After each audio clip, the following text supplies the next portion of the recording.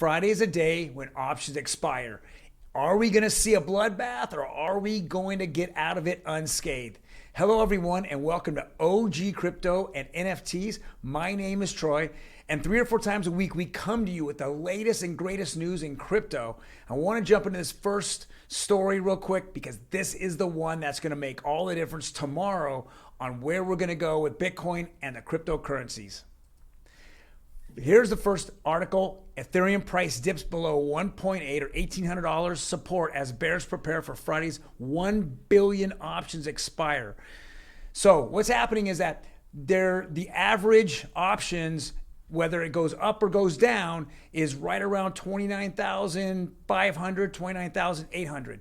If it goes up, there's over $1 billion of people betting that it will go up in the 30s, 31, 32s.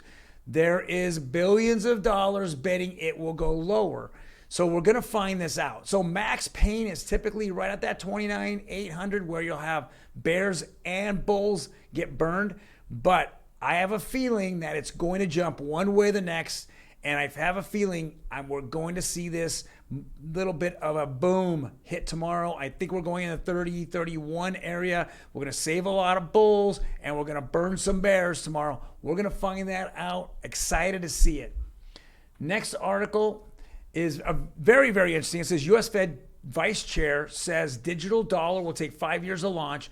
That's if they can get Congress and White House to sign off on it. I think there's a couple of options here.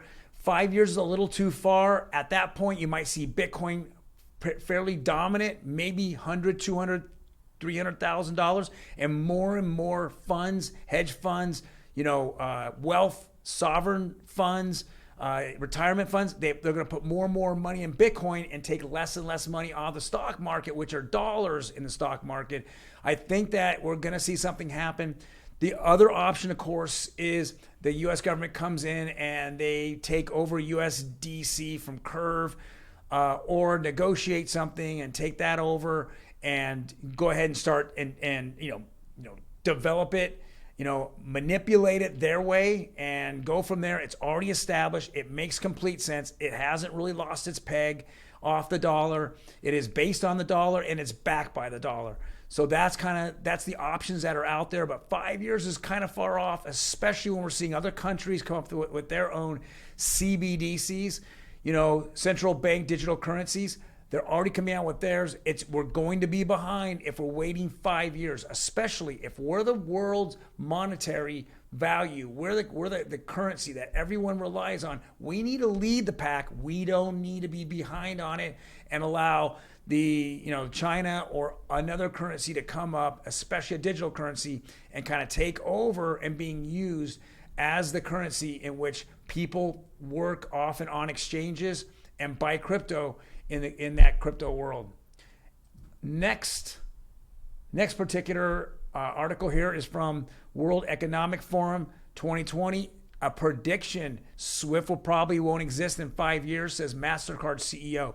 SWIFT is a system that a lot of merchants, actually it's the largest merchant service companies out there, they do transactions over it. Now, there's been several companies, including Jack Muller, has come out and said, hey, we need to rip this up and we need to work on something different, something faster. We need transactions quicker. We need the money moved faster over a different system. He's been looking at Bitcoin, as being one of the solutions, as the Lightning Network taking over. But Lightning Network is not to scale. You couldn't do too many transactions. I know CNBC actually kind of laughed it off. They did in El Salvador a couple of transactions.